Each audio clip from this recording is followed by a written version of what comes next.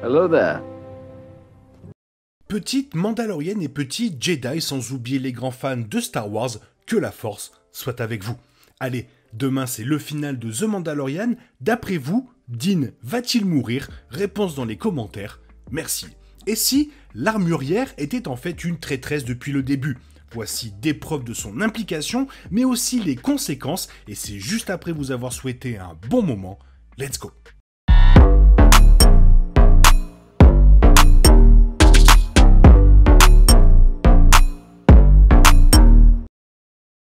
La saison 3 de The Mandalorian continue de présenter l'armurière en tant que leader respecté, mais une théorie terrifiante de Star Wars suggère qu'elle est en fait une traîtresse. De plus, cette théorie prétend que l'armurière est une espionne impériale travaillant avec les personnes mêmes contre lesquelles elle a toujours prétendu se battre. Bien que cette théorie semble impossible au début, il y a en fait pas mal de preuves après un examen beaucoup plus approfondi. En particulier dans The Mandalorian, saison 3, épisode 7, The Spies, ou Les Espions en français.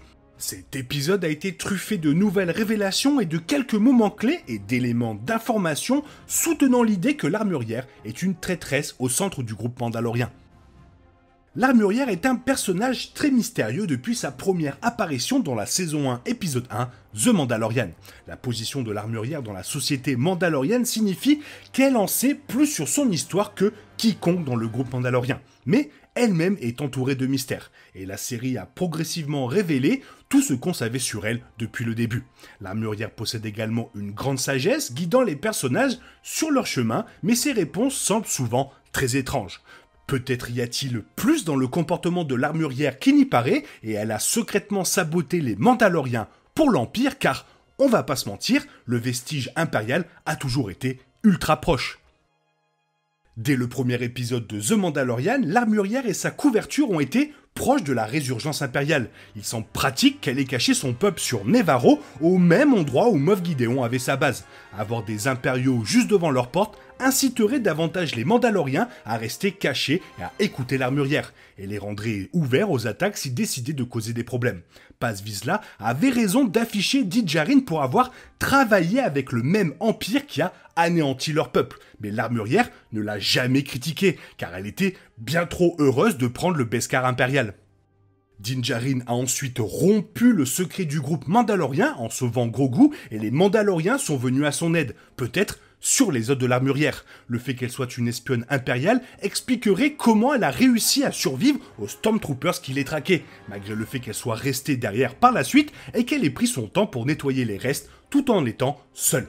Elle a dû se défendre contre les Stormtroopers de Gideon, ce qui pourrait signifier que Gideon lui-même est le seul à connaître sa trahison. Le groupe secret de Mandaloriens ayant vécu sur Concordia et ayant été épargné lors de la nuit des 1000 armes est également à noter.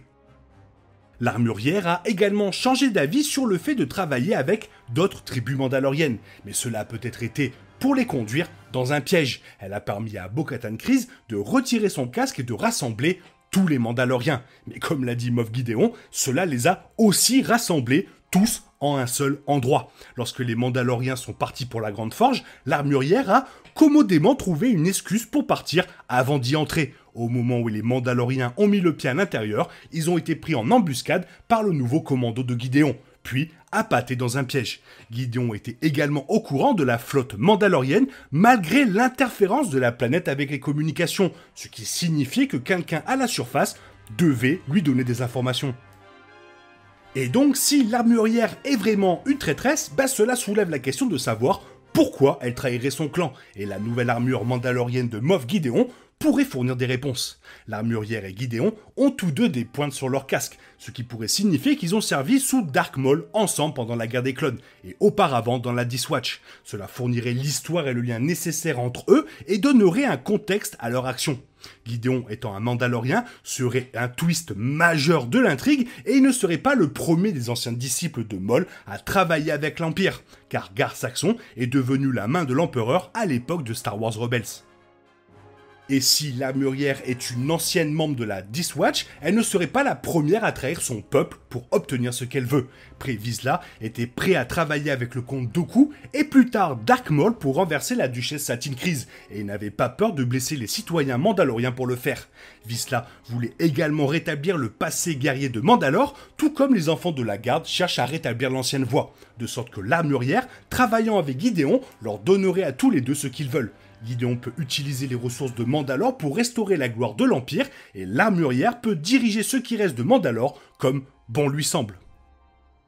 Mais, dans cette théorie, l'armurière étant une traîtresse dans la série, servirait de rebondissement choquant et surtout bouleverserait toute la série en révélant que le credo de Din Djarin était une grosse blague depuis tout ce temps. Ne jamais retirer son casque prouve son engagement envers la voie du Mandalore, mais cela éloigne également les Mandaloriens de tous les autres, permettant à l'armurière de les manipuler. C'était son plan et celui de Gideon après la guerre des clones, s'assurer qu'ils auraient des sujets fidèles après les échecs de la Death Watch. Une fois que les Mandaloriens apprendraient la vérité, la trahison de l'armurière les ébranlerait profondément et les ferait remettre en question sur tout ce qu'ils savent. Et ce serait une configuration fantastique pour la saison 4 de The Mandalorian, révélant le prochain chapitre de l'histoire de Din Djarin, ou des Mandaloriens. Il a choisi de se réengager envers le credo mandalorien, même s'il a volontairement enlevé son casque pour Grogu. Donc, apprendre la vérité sur l'armurière, ça va le détruire. Même si les Mandaloriens réussissent à reprendre leur planète natale, beaucoup d'entre eux ne sauront plus qui croire ou quoi croire, forçant Din Djarin à grandir pour le bien de son clan. Pour l'instant, l'armurière étant une traîtresse est toujours une théorie, mais le final de la saison 3 de The Mandalorian pourrait très bien confirmer sa trahison et donner aux Mandaloriens leur plus grand défi à ce jour et peut-être même faire tomber des personnages ultra importants. Car oui, malheureusement, toute cette trahison pourrait voir la mort de notre Mandalorien préféré. Din a été emmené dans la salle de débriefing où, vraisemblablement, le Mandalorien va être torturé. Ce que Moff Gideon veut avec Din Djarin n'est pas clair, bien que cela puisse être juste une vendetta personnelle pour le méchant. Gideon peut également vouloir utiliser Mando comme appât pour capturer Grogu, auquel cas il aurait besoin de Din Djarin vivant. Gideon voudrait aussi probablement le sang de Din pour des expériences et le premier ennemi dans les mines aurait été un pion de Gideon. Quoi qu'il en soit, la saison 3 ne peut pas se terminer avec Grogu sauvant Din et les deux quittant Mandalore tranquilles, vivants, car ce serait un copier-coller du final de la saison 2. Car même si maintenant les rôles sont inversés, Din a été kidnappé par Gideon et Grogu doit venir à sa rescousse, après que le premier épisode de la saison 3 ait repris la majeure partie de la fin de la saison 2, réduisant ainsi les enjeux de la série, le final doit avoir un certain point émotionnel. Tuer Din Djarin dans The Mandalorian serait une décision risquée, oui, mais ça ne serait pas trop surprenant compte tenu de la façon dont l'histoire de la saison 3 de Mando s'est déroulée. Car maintenant que Din a chauffé la place sur le banc des remplaçants, alors que le Mandoverse grandit, la mort de Mando ne peut pas être exclue, et après tout, Grogu peut être le Mandalorien du titre. Alors, étant donné que le cascateur de Din Djarin a effectivement rapporté que le final va être complètement touchant et choquant, je pense qu'on peut s'attendre à une, ou plutôt des morts, alors vivement demain, et toi n'oublie pas de me dire ce que tu penses de cette théorie, sinon il est temps pour toi de reprendre le cours normal de ta vie, et on se retrouve demain pour une nouvelle vidéo. Bisous bisous, bye bye.